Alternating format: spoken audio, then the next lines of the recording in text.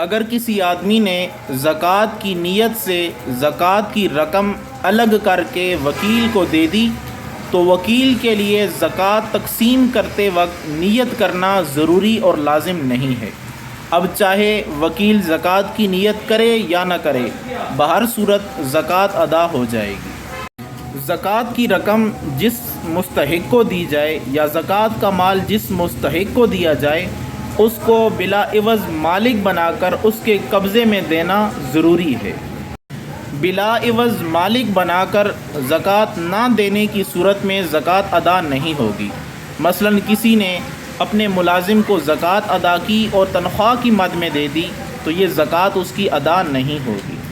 اگر فقیروں کو گھر بلا کر زکوٰۃ کی صورت میں کھانا دیں گے تو یہ زکوٰۃ ادا نہیں ہوگی۔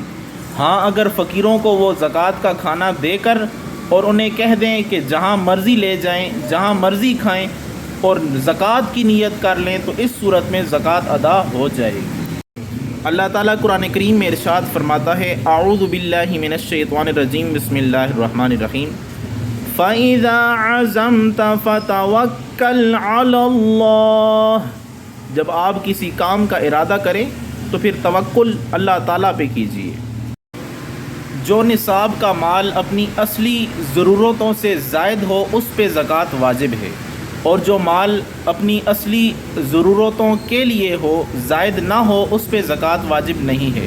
مثال کے طور پر پہننے کے لیے کپڑے، اسی طرح رہنے کے لیے گھر، اسی طرح جو ضروری سامان ہے، مثلاً سواری کے لیے گاڑی یا گھر کے استعمال کے لیے واشنگ مشین یا سلائی مشین یا استری، صوفہ وغیرہ، کرسیاں وغیرہ، اسی طرح فریزر وغیرہ، اور اس کے علاوہ جس دکان میں یا جس آفس میں بیٹھ کر کام کرتے ہیں اور وہ کام تجارت کے لیے ہے تو اس کی چار دیواری اور اس کے صوفے اور اس کی کرسیوں پر بھی زکوٰۃ واجب نہیں ہے، کیونکہ یہ ساری چیزیں ضروریات اصلی میں شامل ہیں۔